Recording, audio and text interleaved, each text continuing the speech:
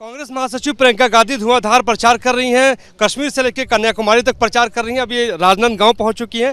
हम देख रहे हैं कि लगातार आप जो हैं ना कश्मीर गई हूँ ना कन्याकुमारी, लेकिन नहीं, आप बहुत तो गई हैं, खासतौर पे केरल गई थी आप। केरल केरल आप गई, तो सवाल ये है जी जी, लेकिन सवाल मैम ये है कि हम देख रहे हैं कि लगातार मैनिफेस्टो की आप बात कर रही हैं। आप मैनिफेस्टो में कह रही हैं कि महिलाओं के खाते में 1 लाख रुपए जाएगा। आप ये कह रही हैं कि 30 लाख नौकरी जाएगी, लेकिन भारतीय जनता पार्टी कह रही है कि नहीं, सच्चाई नहीं है। क्या कहेंगे उनको? इसका प्रमाण है, जहाँ जहाँ हमने गारंटी दी है उन प्रदेशों में हम कर रहे हैं। आप कर्नाटका की महिलाओं से पूछिए, आप तेलंगाना की महिलाओं से पूछिए, हिमाचल में भी शुरू हो गया है। जहाँ जहाँ हमने कहा है कि हम कुछ करेंगे, हम करके दिखा रहे हैं।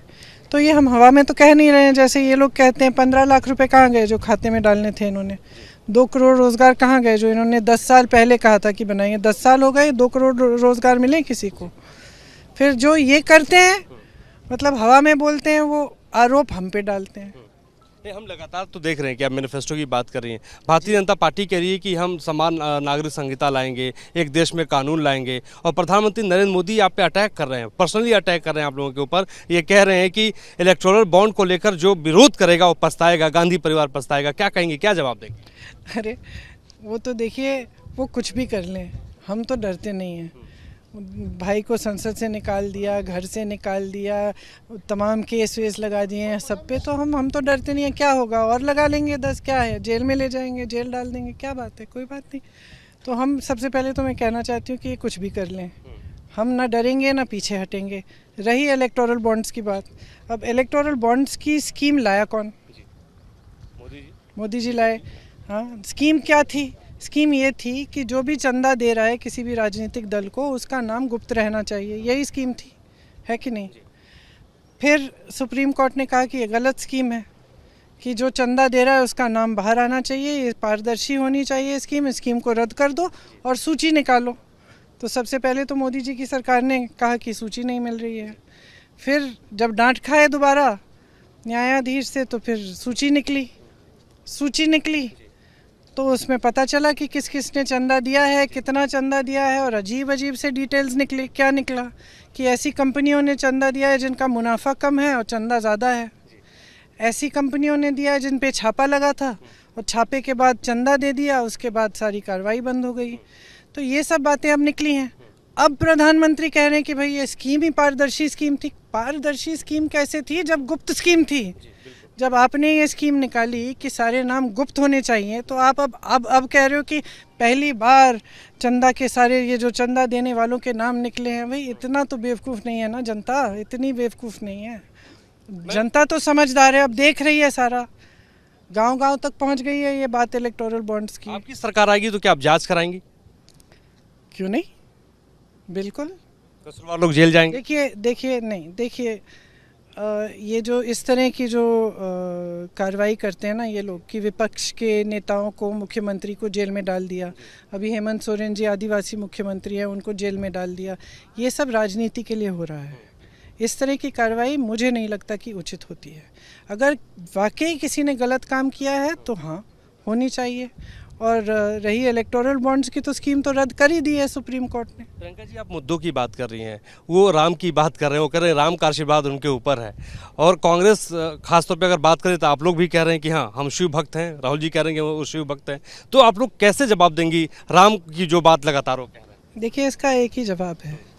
भगवान राम का पूरा जो जीवन था, जो लक्ष्य था, जो संदेश है, वह यही है कि सत्य के पथ पर चलो। और यही हमारे देश की पुरानी परंपरा है, यही हिंदू धर्म की परंपरा है। तो जो सत्य के पथ पर चल रहा है, जो सद्भाव के पथ पर चल रहा है, जो जनता के प्रति श्रद्धा रखता है, जिसके दिल में परोपकार है, जनता के लिए आदर है, वही सफल हो सकता है इस देश में। और कुछ देर की सफलता तो ऐसे लोगों को अक्सर मिली है जिनके दिल में श्रद्धा नहीं है, लेकिन जनता समझ जाती है। और भगवान राम का भी यही संदेश था। तो ये अब भगवान राम को चुनाव के समय इस्तेमाल करना मैं समझती हूँ कि अनुचित है। मैं समझती हूँ कि चुनाव के समय ये बातें होनी चाहिए जो जनता की बातें हैं, और जनता की बात आज क्या है? बेरोज़गारी बढ़ रही है, महंगाई बढ़ रही है, जनता के संघर्ष बढ़ रहे हैं। मैं बहुत लोगों से मिलती हूँ, यहाँ से पलायन भी काफ़ी हुआ है और बहुत लोगों से मिलती हूँ और वो यही कहते हैं कि देखिए हम मेहनत कर रहे हैं, बीवी मेहनत कर रही है, बच्चा बड़ा हो गया, उसको रोज़गार नहीं मिल रहा है, फिर भी कहीं ना कहीं जुगाड़ करके दिहाड़ी कर लेता है। सब मेहनत कर रहे हैं लेकिन मेहनत पूरी नहीं हो रही है, महंगाई बहुत बढ़ चुकी है। तो आज तो मेरे ख्याल से चुनाव के समय अगर हम जिम्मेदार न बने, हम नेता हैं, हम बड़े बड़े राजनीतिक दलों के नेता हैं, हम खुद जिम्मेदार न बने और हम जनता के प्रति अपनी श्रद्धा इस तरह से दिखाएं ना कि हम जनता के मुद्दों पे ही इस चुनाव को लड़वाएं। अगर हम जिम्मेदार नहीं बनेंगे और हम भी फिजूल की बातें करते रहेंगे, कोई कह रहा है कि कोई विदेश जा रहा है, कोई कह रहा है कि कोई पता नहीं कोई मंदिर की बात कर रहा है, कोई मस्जिद की बात कर रहा है, लेकिन कोई ये बात तो करे ना कि रोज़गार कैसे मिलेंगे, कि महंगाई कैसे कम होगी, क्योंकि यही मुद्दे हैं। तो लोकतंत्र में आमतौर से जो जनता के मुद्दे हैं उन्हीं पर चुनाव लड़े जाने चाहिए और मेरी तो यही आशा है कि ये चुनाव इसी बड़ी बात है कि जनता के मुद्दों पे चुनाव लड़ा जाना चाहिए, लेकिन वो ये सनातन विरोधी आपको कह रहे हैं, उसका क्या जवाब देंगे आप? मैंने जवाब दे चुकी हूँ मैं इसका, और बिल्कुल गलत बात है ये। देखिए, हम सब धार्मिक हैं, हम सब हिंदू हैं, हमारी पार्टी की जो विचारधारा है, महात्मा गांधी ने जो आंदोलन किया वो हिंदू धर्म के आधार पे ही था, सत्य के आधार पे था। और जैसे मैंने कहा, हमारे धर्म ने हमें ये सिखाया है कि सत्य के पथ पे चलना है और यही इस देश की पुरानी परंपरा रही है और इसी को हम करते हैं। बड़ी से बड़ी खबर, क्राइम से लेकर राजनीति तक किस नेता ने 5 साल में क्या काम कराया।